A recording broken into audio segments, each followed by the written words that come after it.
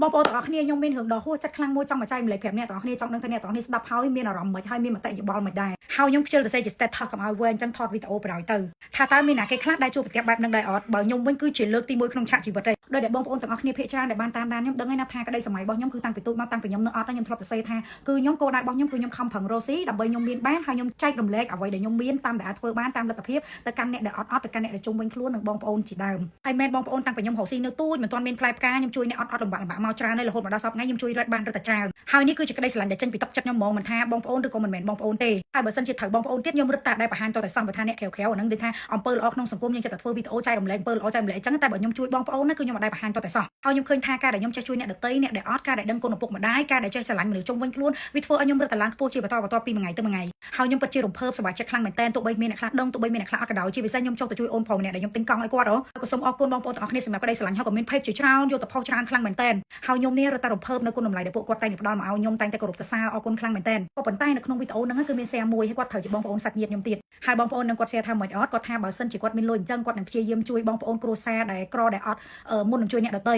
share ប៉ុណ្ណឹងវាអត់ជាបញ្ហា is okay ប៉ុន្តែនៅក្នុង comment គឺគាត់បាន comment លក់លើខ្ញុំច្រើនខ្លាំងមែនតើហើយគ្នាគាត់មិត្តភ័ក្តិគាត់ដែលអត់បានដឹងរឿងស្ដាប់តែពីមួយចាហៀងហើយខ្ញុំក៏មិនដឹងថាគាត់និយាយដើមគ្រួសារខ្ញុំឬក៏និយាយដើមខ្ញុំទៅប្រាប់គេបែបណាបានគេនាំគ្នាទៅ comment បែបហ្នឹងអ្នកខ្លះទៅក៏គេ comment ថាឮតែម៉ាក់បងនិយាយហ្នឹងក៏យល់អារម្មណ៍ដែរអញ្ចឹងខ្ញុំមិនដឹងថាគាត់ឬក៏ម្ដាយគាត់ទៅប្រាប់គេបែបម៉េចឬក៏ពីគ្រួសារខ្ញុំបែបណានិយាយពីអាក្រក់ពីគ្រួសារខ្ញុំបែបណាអញ្ចឹងហើយអ្នកខ្លះទៀតក៏គេ comment ថាឃើញតែគាត់ជួយគេរហូតតែនឹកស្មានថាគាត់អញ្ចឹងអត់នឹកស្មានថាខ្ញុំនឹងអត់ជួយបងប្អូនឬក៏មិនអញ្ចឹងហើយថែមទាំងមាន comment បន្ថែមទៀតរត់តែសាហាវសិតថាបើអាចសូមអត់ជាប់សាច់ឈាមបងប្អូនទេប៉ុន្តែគាត់មានសួរខ្ញុំថាខ្ញុំចង់ជាប់សាច់ឈាមបងប្អូនគាត់អត់គាត់ comment សិតថាអូប្របាក់ភ្នែកមើលមនុស្ស fake ក្នុងបណ្ដាញសង្គម fake នៅ social media គាត់ថា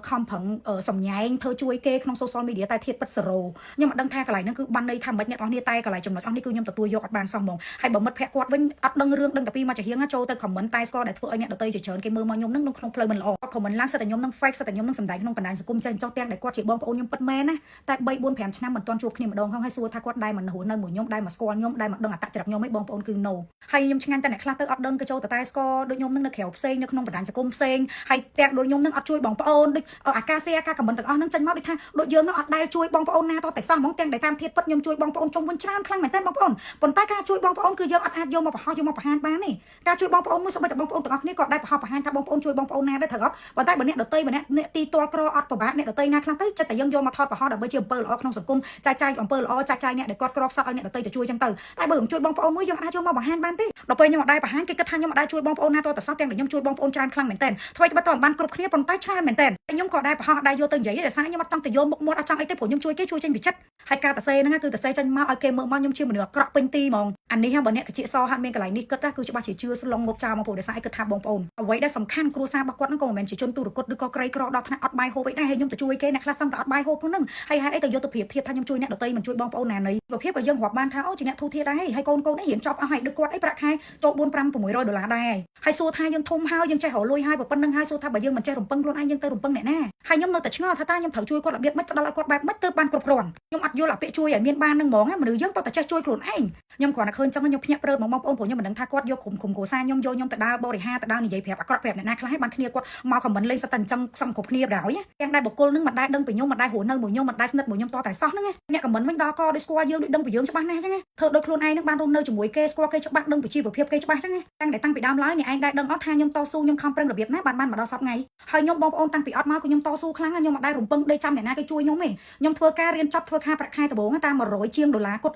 ត់ខំប្រឹងធ្វើការរហូតដល់លូតប្រាក់ខែ3 4 500ទៅបន្ទាប់មកយកលុយនឹងមកសន្សំរស់ស៊ីហើយសួរថាដែរមានអ្នកណាមកជួយខ្ញុំតែមានអ្នកណាមកផ្គត់ផ្គង់ខ្ញុំអត់ដែរមានទេហើយការចំនួនខ្ញុំនៅខំប្រឹងដំបូងអ្នកទាំងអស់គ្នាគ្រួសារខ្ញុំនៅជាពាក់គេឡើយណាគ្រួសារខ្ញុំបើនិយាយតស៊ូខ្លាំងអ្នកទាំងអស់គ្នាគ្រាន់តែរស់ស៊ីខាតធ្លាប់បើកហាងភីហ្សាធ្លាប់កាត់ដេកកៅធ្លាប់បើក business 3 4 5មុខអ្នកទាំងអស់គ្នាបរាជ័យខាតមិនអស់រាប់សែនដុល្លារគ្រាន់តែអ្នកផ្ទះខ្ញុំជាពាក់គេរាប់សែនដុល្លារហើយពេលដែលខ្ញុំចេញរស់ស៊ីអ្នកទាំងអស់គ្នាខ្ញុំខំប្រឹងណាស់តម្រាំតែខ្ញុំខំប្រឹងរហូតដល់គ្រួសារខ្ញុំនេះដោះបំណុលអស់ហើយតម្រាំតែខ្ញុំមានបានមកដល់សប្តាហ៍ថ្ងៃខ្ញុំប្រឹងណាស់ខ្ញុំមិនដែលដេករំពឹងចាំអ្នកណាគេជួយខ្ញុំទេហើយមនុស្សយើងចង់ចាំទុកបងប្អូនតតែយើងមានកំណត់ខ្លួនឯងបើយើងអត់កំណត់គេជួយយើងប្រហែល10000ប្រហែលសែនដុល្លារប្រហែលលានដុល្លារក៏វាគង់ក៏អស់ដែរលុយហ្នឹងសំខាន់លើយើងខ្លួនឯងតើយើងចេះយល់អ្វីទាំងអស់ហ្នឹងតើយើងចេះយកអ្វីដែលយើងមានសប្តាហ៍ថ្ងៃនេះយើងមានសមត្ថភាពហើយយើងចេះយកទៅពង្រីកយើងចេះយកទៅឲ្យវារីកចម្រើនបានអត់ហើយគ្រួសារខ្ញុំមកបើអ្នកស្គាល់ដឹងមិនមែនអត់ធម្មតាកាលពីដើមឡើយគឺជាអ្នកក្របដោយរបស់ខ្ញុំកាគាត់ទៅការមួយម៉ាក់ខ្ញុំហើយគាត់ឡើងពីតកៅមកដល់ពេញភ្លាមគាត់មានលុយទិញធាក់ស៊ីក្លូយកស៊ីក្លូមកធាក់រត់ដើម្បីបន្តការសិក្សារហូតសំលុយបានទិញម៉ូតូយកម៉ូតូមកហត់ម៉ូតូដប់ទៀតដើម្បីផ្គត់ផ្គង់ខ្លួនឯងឲ្យបានរៀនគាត់តស៊ូខ្លាំងណាស់ចឹងខ្ញុំថាគ្រួសារខ្ញុំសប្តាហ៍ថ្ងៃជោគជ័យបានមានបាននេះខ្ញុំគិតថា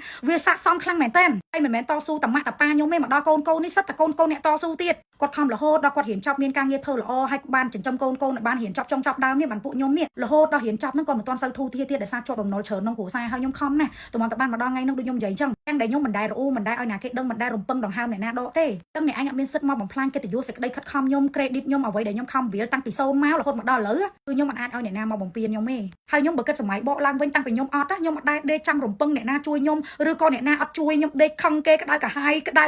ស្អប់គេខឹងគុំគួនគេខ្ញុំអត់ដែលទោះតែសោះហ្មងឲ្យមនុស្សខ្ញុំចូលចិត្តរកភាពត្រឹមត្រូវអញ្ចឹងសំខាន់ពេលខ្ញុំដឹងរឿងទាំងអស់នឹងហើយខ្ញុំមិនទាន់និយាយអីទៀតសុខចិត្តឆាតទៅដើម្បីជួបគ្នានិយាយគ្នាដឹងសោះខ្មៅព្រោះយើងក៏មិនដឹងថាអូគេដើរនិយាយដើមយើងបរិហាគេយើងខ្លាំងកម្រិតណាដែរអញ្ចឹងយើងត្រូវតែនិយាយគ្នានឹងតទល់ដើម្បីដោះស្រាយតែមិនត្រឹមទាំងអត់ទទួលស្គាល់កំហុសហើយថែមទាំងដកឲ្យខ្ញុំនឹងប្តឹងទៀតឥឡូវខ្ញុំសម្រាប់ចិត្តថារៀបចំតាមផ្លូវច្បាប់ហើយសិតតែប្រើភាសាថាខ្ញុំនឹងមានលុយខ្ញុំធ្វើអីក៏បានអត់ទេខ្ញុំឈរតែនៅលើភាពត្រឹមត្រូវតែប៉ុណ្ណោះខ្ញុំអត់យកលុយមកដាក់នៅមុខទេទៅមករឿងនេះហួសចិត្តខ្លាំងណាបងប្អូនអើយអញ្ចឹងមិនដូចពាក្យចាស់គេនិយាយខុសទេគេថាអ្នកខ្លះអ្នកដតីអ្នកក្រៅមិនជាប់សាច់ឈាមនឹងយើងផងណាប៉ុន្តែគេយល់ពីយើងគេស្គាល់អត្តចរិតយើងគេកោតសរសើរយើងគេស្រឡាញ់យើងជាងបងប្អូនយើងនឹងទៀតតែខ្ញុំសូមបើកវងកញ្ចក់មួយបងប្អូនខ្ញុំគឺភាគច្រើនសិតតែល្អទាំងអស់ខ្ញុំកម្រជួបអ្នកមិនល្អច្រើនភាគច្រើនល្អហ្មងសូម្បីតែមិត្តភក្តិខ្ញុំក៏ដោយគឺខ្ញុំជួបសិតតែមនុស្សល្អក្នុងជីវិតខ្ញុំមួយនេះហើយខ្ញុំហ៊ាននិយាយថាខ្ញុំអរគុណដល់គុណបុណ្យដែលខ្ញុំមាននឹងខ្លាំងមែនតើខ្ញុំគិតថាបើខ្ញុំមិនសាងអំពើល្អបើខ្ញុំមិនធ្វើល្អខ្ញុំមិនអាចជួបរឿងល្អល្អម្លឹងក្នុងជីវិតខ្ញុំបើនិយាយពីរឿងល្អខ្ញុំសឹងតែដែរជួបរឿងអត់ល្អឯងគឺកម្រខ្លាំងមែនតើវាយូរខ្លាំងមែនតើខ្ញុំជួបអារឿងអាខែកម្រមួយណាហើយមនុស្សខ្ញុំមកបងប្អូនខ្ញុំចេះសម្ដែងទេហើយខ្ញុំក៏អត់ slow ដែរប៉ុន្តែមនុស្សខ្ញុំចូលចិត្តធ្វើអ្វីទៀងត្រង់ឈលលើភាពត្រឹមត្រូវ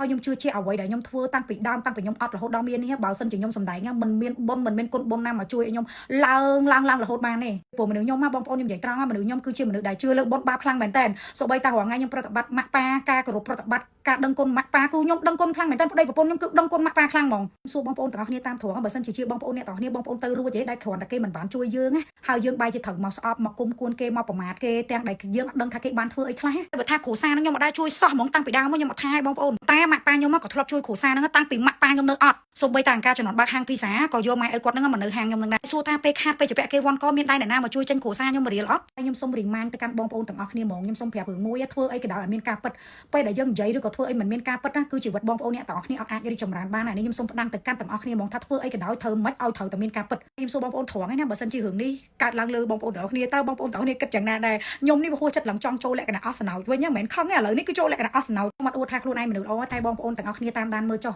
ទី1អ្វីដែលបំពេញអ្នកដទៃខ្ញុំអត់ធ្វើដាច់ខាតទី2អំពើអាក្រក់គឺខ្ញុំអត់សាទី3អាទ្រឹស្ដីអួតហៀកែងប៉ុន្តែអាលទ្ធផលមិនដឹងនៅព្រៃណាហ្នឹងគឺខ្ញុំអត់ធ្វើដាច់ខាតហ្មងហើយលេងសើចឯងសូម្បីតែម្ដងសពថ្ងៃនេះជោគជ័យខ្លាំងកម្រិតហ្នឹងហើយអត់ហ៊ានទ្រឹស្ដីហៀកែងទៀតការពិតនៅមានច្រើនទៀតតែកុំឲ្យវែងពេកសូមនិយាយទៅធំហ្នឹងអ្វីដែលខ្ញុំចង់ចាញ់ម្លែកអ្នកទាំងអស់គ្នា